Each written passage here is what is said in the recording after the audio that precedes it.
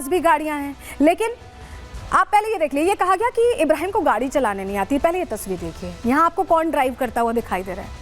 इब्राहिम दिखाई दे रहे हैं, इब्राहिम ड्राइव करते हुए जा रहे हैं। तो क्या इब्राहिम उस वक्त इतने प्रॉम्प्ट नहीं थे, इतने प्रॉम्प्ट नहीं थे कि उनके पिता को इतनी गंभीर चोटें आई हैं, पहले वो अपने पिता को लेकर जाएं अस्पताल? ऐसा क्यों नहीं हुआ? ये बहुत बड़ा प्रश्न है, क्योंकि इस तरह की इमरजेंसी सिचुएशन में आप बहुत प्रॉम्प्ट होते हैं। आप तुरंत अपने पिता को या अपने किसी करीबी को जो इतनी गंभीर अवस्था में उसे ले जाना चाहेंगे। लेकिन देखिए, यहाँ गाड़ी तो चला रहे हैं, लेकिन उस दिन उन्होंने गाड़ी क्यों नहीं चलाई? कई सवाल हैं। वो सवाल अब हम रखने जा रहे हैं आपके सामने, क्योंकि ये समझिए कि इब्राहिम को लेकर बहुत सारे गलत दावे किए गए। सबसे पहले गाड़ी नहीं चलाने वाली जो थ्योरी थी वो कैसे फेल हो गई, वो तो हमने आपको दिखाया। गाड़ी चलाते हैं, बाकायदा चलाते हैं। हमले के बाद सैफ ऑटो से क्यों गए? कई गाड़ियां होने के बाद भी ऑटो को ही क्यों चुना गया? क्यों इब्राहिम अस्पताल लेकर नहीं गए? क्योंकि कहा यह जा रहा है कि वो घर पर मौजूद थे, तो क्यों नहीं लेके गए? क्या घर पर कोई ड्राइवर भी नहीं था? चलिए एक बार मान सकते हैं कि ड्राइवर नहीं था, तो करीना तो थी, करीना भी गाड़ी चलाती है, वो क्यों गाड़ी से लेके नहीं गई? क्यों वो करिश्मा के घर चली गई?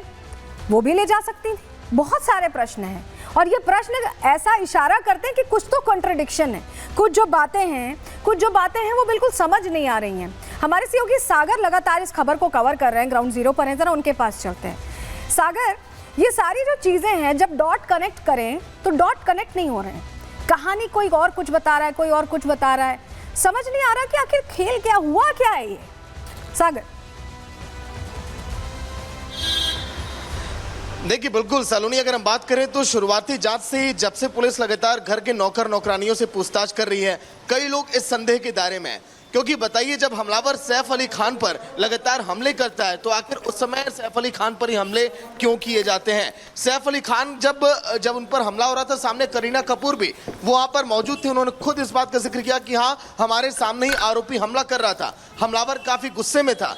इसके साथ ही साथ बताइए, आरोपी को यह कैसे पता था कि किस रास्ते से हमें होकर गुजरना है? चाहे फायर एग्जिट की बात करें, जो छठे फ्लोर का देखिए सीसीटीवी सामने आया, उसे पूरा पता था कि अगर मैं इस रास्ते से होकर गुजर जाऊंगा तो मैं सीसीटीवी कैमरे में कैप्चर नहीं होने वाला।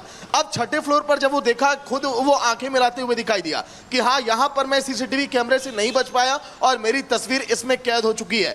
अब चाहे हम देखिए एक एक रास्ते की बात करें, उसे पता था कि घर के अंदर कैसे दाखिल होना है। नैनी पर देखिए सवाल इसलिए खड़े हुए, जिन नैनी को इस बात का पता था कि हाँ, घर के अंदर अगर सैफ अली खान अगर हैं, जिस कमरे में बताइए बेटा दोनों सो रहे थे, उस दिन नैनी जो है नीचे सो गई। उसके बाद हमलावर जो है आकर बाथरूम में छिप जाता है। पहले नैनी को शक हुआ कि आखिर बाथरूम में कौन है, फिर उन्हें लगा कि करीना कपूर हो सकता है कि बेटे से अपने मिलने आई हूं। फिर अचानक वो शख्स जो है टोपी लगाया हुआ दिखाई दिया। फिर नैनी वहां पर आवाज लगाती है, लेकिन हमलावर ने नैनी पर हमला नहीं किया।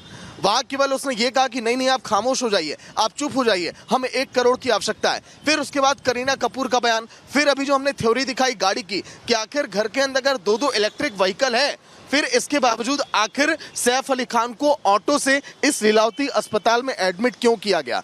डॉक्टर्स का, यहाँ के गार्ड का भी यही कहना है कि हाँ, जब उन्हें लाया गया तो एक ऑटो में थे, एक साथ में 40 से 45 साल का कोई शख्स था, साथ में बेटा तैमूर था।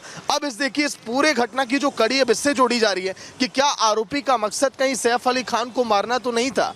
लेकिन पुलिस स्टेटमेंट में कंट्राडिक्शन ये समझना चाहेंगे कि जे घर पर मौजूद था।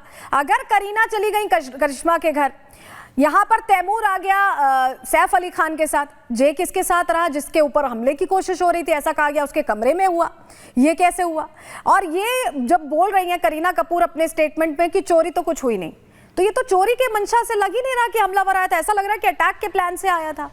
और हैरानी इस बात की भी है कि करिश्मा घर कैसे चली गई, यहाँ करिश्मा के घर कैसे चली गई? अपने हस्बैंड को जो इतनी गंभीर अवस्था में है, उसे अस्पताल लेकर नहीं गई। गाड़ी तो उनको भी चलाने आती है, इब्राहिम को भी चलाने आती है।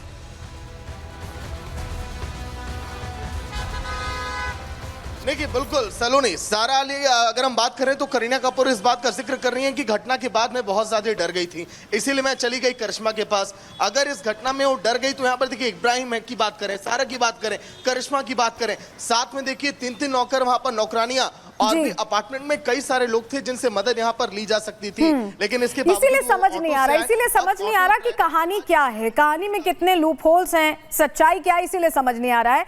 लेकिन बड़ी खबर इस बीच आ रही है, सागर आपके पास वापस लौटेंगे, बड़ी जानकारी जो मिल रही दर्शकों के सामने रख दें। सैफ मामले में छत्तीसगढ़ के दुर्ग से एक संदिग्ध को पकड़ा गया है।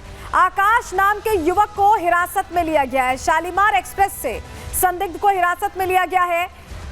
शालीमार एक्सप्रेस से यह शख्स पकड़ा गया है। मुंबई पुलिस की टीम रात 8 बजे बताया जा रहा है कि दुर्ग पहुंचेगी, तो शालीमार एक्सप्रेस से हिरासत में लिया गया है। यह संदिग्ध हमारे सहयोगी सत्य विजय हमारे साथ जुड़ रहे हैं। सत्य विजय, आकाश नाम का यह शख्स पकड़ा गया है, क्या इसके लिए कुछ टिप ऑफ मिला था, क्या जानकारी?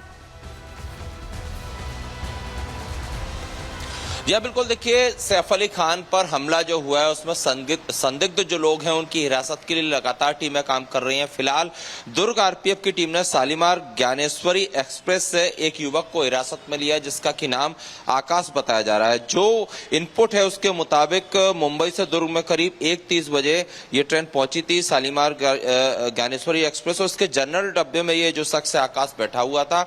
मुंबई पुलिस से जितने भी संदिग्ध हैं इस मामले से, सैफ अली खान पर हमला के मामले से जुड़े हुए, उन संदिग्धों के जो फोटो देश भर में भेजे गए हैं उसके आधार पर दुर्ग आरपीएफ ने इस शख्स को हिरासत में लिया है।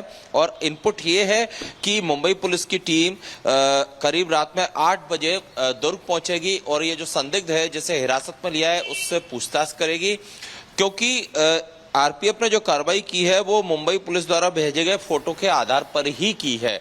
मतलब जो अब तक जो पूरी घटनाक्रम के बाद कहानी चल रही कि करीब 3 से 4 संदिग्धों को हिरासत में लिया है, उनमें से एक ही आकाश हो सकता है, क्योंकि आरपीएफ के जिस अफसर से हमने बात की उनका यही कहना है कि जो फोटो फैक्स और बाकी माध्यमों से उनके पास पहुंचे थे उसके आधार पर उन्हें लगा कि ये जो शख्स जनरल डब्बे में बैठा है जिसका नाम आकाश बताया जा रहा है इसका कुछ भूमिका हो सकती है। इसी आधार पर, संदेह के आधार पर, अभी इसकी पुष्टि नहीं हुई है, आरपीएफ ने यही कहा है कि मुंबई पुलिस ही आके इन्वेस्टिगेट करेगी, तो संदेह के आधार पर इसको हिरासत ठीक में लिया है। है। मतलब ये संदिग्ध है, इससे पूछताछ हो रही है, अभी इन्वॉल्वमेंट है कि नहीं, ये पुलिस पहुंचेगी 8 बजे मुंबई पुलिस की टीम, और उसके बाद जब पूछताछ होगी उसके बाद सच्चाई सामने आएगी। बहुत शुक्रिया सत्य विजय और सागर जुड़ने के लिए और जानकारियां देने के लिए। चलिए अब जरा, क्योंकि पूछताछ चल रही है, आपने देखा कि मध्य प्रदेश तक, दुर्ग तक ये मामला पहुंच चुका है।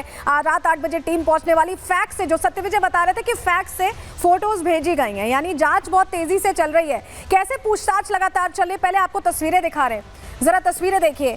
ये जो आपको हम 8 तस्वीरें दिखा रहे हैं, 50 से ज्यादा लोगों से बताया जा रहा है कि अब तक पूछताछ हो चुकी है। 50 से ज्यादा इनकी गिनती बताई जा रही है, यानी जांच तो चल रही है लेकिन 50 घंटे भी हो चुके हैं। 50 से ज्यादा लोगों से पूछताछ तो जहां चली रही है, 50 घंटे से ज्यादा का वक्त अब हो चुका है, लेकिन अब तक जो मुख्य आरोपी है, जिसको देखा गया, जिसको स्पॉट किया गया सीसीटीवी में, वो पुलिस की पकड़ से बाहर है।